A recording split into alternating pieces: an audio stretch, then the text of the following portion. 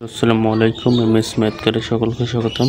আজকে আমি অনার্স চতুর্থ বর্ষের বিচ্ছিন্ন গণিতের চ্যাপ্টার 3 বিন্যস্ততা বা বিন্যস্তকরণ এই অধ্যায়টির বেসিক বিষয় নিয়ে আলোচনা করব।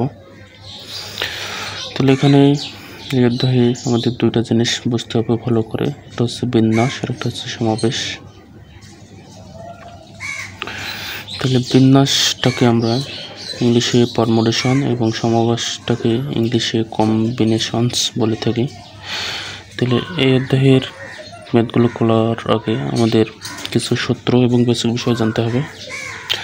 তাহলে প্রথমে আমাদের জানতে হবে বিন্যাসটা কী জিনিস এবং সমাবেশটা কী জিনিস। বিন্যাসটা হচ্ছে অর্থাৎ নির্দিষ্ট সংখ্যক জিনিস থেকে কয়েকটি বা সব কয়টি একবারে নিয়ে যত প্রকারে সাজানো যায়, অর্থাৎ ভিন্ন ভিন্ন সারি গঠন করা যায়, তাদের প্রত্যেকটিকে এক একটি বিন্যাস বলা হয়। বিন্যাসকে PNR দ্বারা প্রকাশ করা হয়। তাহলে বিন্যাসটা কি জিনিস? যেমন ABC এই তিনটি অক্ষরকে কতভাবে সাজানো যায়, ওই সংখ্যাটাই হচ্ছে আমাদের বিন্যাস সংখ্যা, অর্থাৎ বিন্যাস। যেমন ABC অক্ষরগুলোকে দুইটি করে কতভাবে সাজানো যায়। যেমন ABC তিনটি অক্ষরকে যদি আমরা দুইটি ভাবে সাজাই তাহলে পাবো AB, AC, BA, BC, CA, CB। অর্থাৎ আমরা ABC তিনটি অক্ষরকে দুইভাবে AB, AC, BA, BC, CA, CB আকারে সাজাইতে পারি। তাহলে আমাদের এখানে বিন্যাস সংখ্যা হচ্ছে 6। তাহলে বিন্যাসটা আমরা তাকেই বলতে পারবো, অর্থাৎ নির্দিষ্ট সংখ্যক জিনিস থেকে কয়েকটি বা সব কয়টি একবারই নিয়ে কতভাবে সাজানো যায়। যেমন ABC এখানে তিনটি অক্ষর আছে, এই তিনটি অক্ষরকে দুইটি করে কতভাবে সাজানো যায়। তাহলে এখানে দুইটি করে 6 ভাবে সাজানো যায়। তাহলে এখানে আমরা বিন্যাস সংখ্যা পাবো 6। এরপর আসি সমাবেশ বা কম্বিনেশনসটা কি জিনিস। সমাবেশ বা কম্বিনেশনটা হচ্ছে নির্দিষ্ট সংখ্যক জিনিস থেকে কয়েকটি বা সব কয়টি একবারে নিয়ে যত প্রকার নির্বাচন বা দল গঠন করা যায়, তাদের প্রত্যেকটিকে এক একটি সমাবেশ বলা হয়। আর সমাবেশকে CNR দ্বারা প্রকাশ করা হয়। অর্থাৎ বিন্যাসকে আমরা PNR দ্বারা প্রকাশ করি আর সমাবেশকে CNR দ্বারা প্রকাশ করি। যেমন একটি ক্রিকেট খেলায় যদি আমরা 16 সদস্যের দল গঠন করি, সেখানে একজন ক্যাপ্টেন থাকবে, একজন ভাইস ক্যাপ্টেন থাকবে। তাহলে একজন ক্যাপ্টেন এবং একজন ভাইস ক্যাপ্টেন নিয়ে তাহলে একটি ক্রিকেট খেলার 11 সদস্যের দল গঠন করা হয়। আর এটাই হচ্ছে আমাদের সমাবেশ। অর্থাৎ একটা দলকে কীভাবে নেতৃত্ব দিতে হবে এবং এই দলটাকে কীভাবে সাজানো যায়। তাহলে একটা ক্রিকেট দল সাজাতে হলে সেখানে আমাদের একজন ক্যাপ্টেনের দরকার আর একজন ভাইস ক্যাপ্টেনের দরকার। তাহলে আমরা সমাবেশ তখনই বলবো একটি দলকে কিভাবে সাজানো যায় বা নির্বাচন করা হয়, সেটাই হচ্ছে আমাদের সমাবেশ বা কম্বিনেশন। যেমন আমরা যদি ধরি নেই MNO, এখানে তিনজন লোক। তাহলে MNO এই তিনজন লোক থেকে দুইজন করে বাছাই করে দল গঠন করব। তাহলে এই তিনজন থেকে আমরা যদি দুইজন করে দল গঠন করি তাহলে সম্ভাব্য দলগুলো পাবো MNO।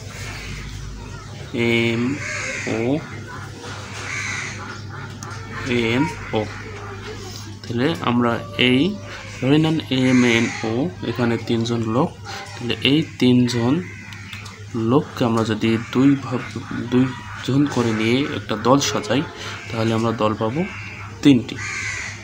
তাহলে এই যে 3টি দল পেলাম, এইখানে যে আমরা দুইজন করে 3টি দল গঠন করলাম, এই 3টি দলের প্রত্যেকটিকে বলা হয় এক একটি সমাবেশ। অর্থাৎ এখানে হবে একটি সমাবেশ, এমও একটি সমাবেশ, এনও একটি সমাবেশ। আবার আমরা তিনজন নিয়ে একটা দল গঠন করতে পারি, তখন পাবো এম এন ও। তাহলে আমরা সমাবেশ বলতে বোঝাচ্ছি এখানে আমরা এই 3 জন থেকে 2 জন করে লোক নিয়ে যে দলগুলো পাইলাম ওই দলগুলো এক একটা করে সমাবেশ, অর্থাৎ এম এন দল একটা সমাবেশ, তারপর এমও দল একটা সমাবেশ, এন ও দল একটা সমাবেশ। আবার যদি আমরা ওই 3 জন নিয়ে দল গঠন করি তাহলে একটি মাত্র দল গঠন করা যাবে। তাহলে আবার এম এন ও এই 3 জন নিয়ে যে দলটা পেলাম ওটা একটি সমাবেশ। অর্থাৎ মোট কথা হচ্ছে সমাবেশ বলতে বোঝাচ্ছে আমরা যে সম্ভাব্য দলগুলো পাইলাম, অর্থাৎ প্রথমে যে 2 জন নিয়ে দল গঠন করলাম সেই দলগুলোর প্রত্যেকটি একটি করে সমাবেশ, অর্থাৎ এম এন এমও এনও এলে একটি করে সমাবেশ। আবার এখানে 3 জন গঠন করে যে দলটি পেলাম এটাও একটি সমাবেশ। আশা করি বুঝতে পেরেছেন সমাবেশটা কী জিনিস। এখন আমরা এই অধ্যায়ের জন্য কিছু বেসিক সূত্র জানব যা আমাদের প্রয়োজন হবে। এখানে আরেকটা জিনিস জেনে নেই। তাহলে বিন্যাস আর সমাবেশ বলতে কী পাইলাম? তাহলে বিন্যাস বলতে পাইলাম একটা জিনিসকে, অর্থাৎ সবগুলোকে নিয়ে একেবারে কতভাবে সাজানো যায়, তো ওই সংখ্যাটাই হচ্ছে আমাদের বিন্যাসের সংখ্যা। আর সমাবেশটা হচ্ছে আমরা কিভাবে একটা দল গঠন করব বা দল বাছাই করব, ওই দলের বাছাই করাটাই হচ্ছে আমাদের সমাবেশ। তাহলে এখন আমরা এই অধ্যায়ের সূত্রগুলো নিয়ে আলোচনা করব যা আমাদের ম্যাথে প্রয়োজন হবে।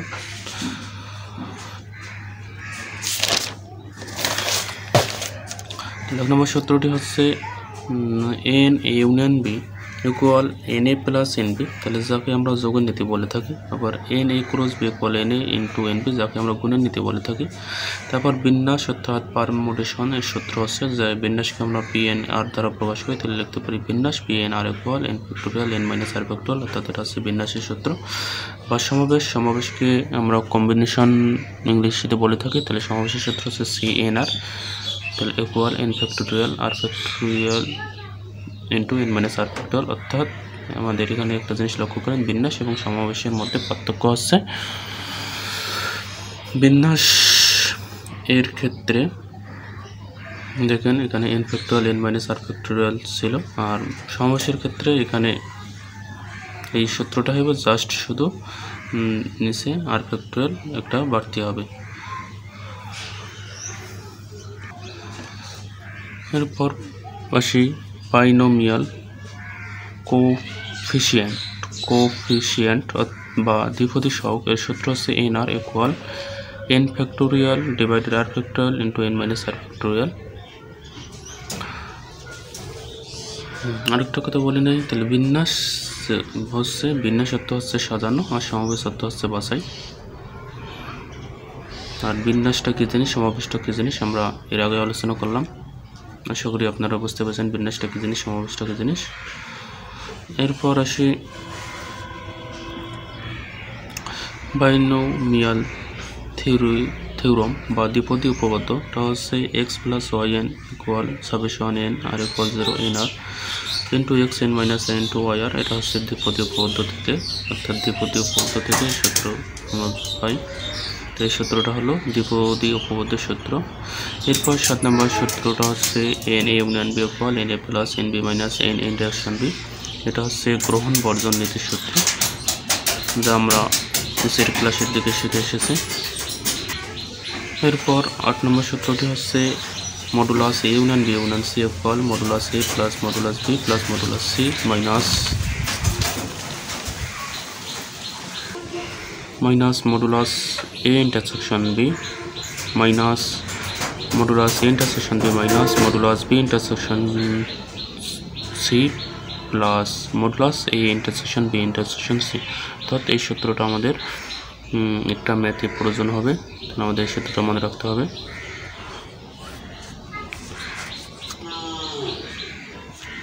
তাহলে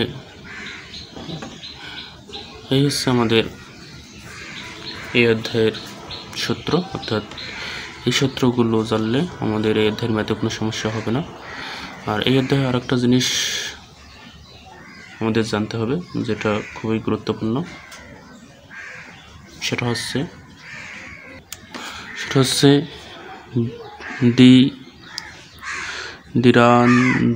ডিরাঞ্জমেন্ট বা বিশৃঙ্খলা। অর্থাৎ আমাদের এই জিনিসটা জানতে হবে ডিরাঞ্জমেন্ট বা বিশৃঙ্খলাটা কী জিনিস। তাহলে ডিরাঞ্জমেন্ট বা বিশৃঙ্খলাটা হচ্ছে n সংখ্যক ভিন্ন প্রতীকের কোনো স্বাভাবিক ক্রমে একটি বিন্যাস যেখানে কোনো প্রতীক ইহার স্বাভাবিক অবস্থানে থাকবে না, ইহাকে dn দ্বারা প্রকাশ করা হয়। অর্থাৎ ডিরাঞ্জমেন্ট বা বিশৃঙ্খলাকে আমরা dn দ্বারা প্রকাশ করা হয়। যেমন এখানে 5 এবং 7 হচ্ছে দুইটা সংখ্যা, তাহলে 5 এবং 7-এর আমরা বিন্যাসটা পাবো, অর্থাৎ 5 এবং 7কে কতভাবে সাজানো যায়, অর্থাৎ সেইটা হচ্ছে আমাদের বিন্যাস সংখ্যা। তাহলে 5 এবং 7কে আমরা দুইভাবে সাজাইতে পারি, একটা হলো 5 7, একটা হলো 7 5। তাহলে আমাদের বিন্যাস সংখ্যা এখানে 2। তাহলে যেহেতু এটাকে আমরা দুইভাবে সাজাইতে পারি সেখানে আমরা লিখব d2। আর যেহেতু বিশৃঙ্খলাকে আমরা d দ্বারা প্রকাশ করি, অর্থাৎ ডিরাঞ্জমেন্টকে d দ্বারা প্রকাশ করি, তাহলে যেহেতু এখানে বিন্যাস সংখ্যা 2 সেখানে হবে d2। তারপর ইকুয়াল 1। তাহলে এখানে 1 হলো কারণ এখানে ডিতে বোঝাচ্ছে বিশৃঙ্খলা বা ডিরাঞ্জমেন্ট। তাহলে এখানে আমাদের বিশৃঙ্খলা কয়টা সংখ্যা, তাহলে দেখেন তো এখানে আমাদের ছিল 5 7 সংখ্যা, তাহলে এখানে বিশৃঙ্খলা সংখ্যাটি হচ্ছে আমাদের 7 5, সে কারণে আমাদের মানটা হচ্ছে 1।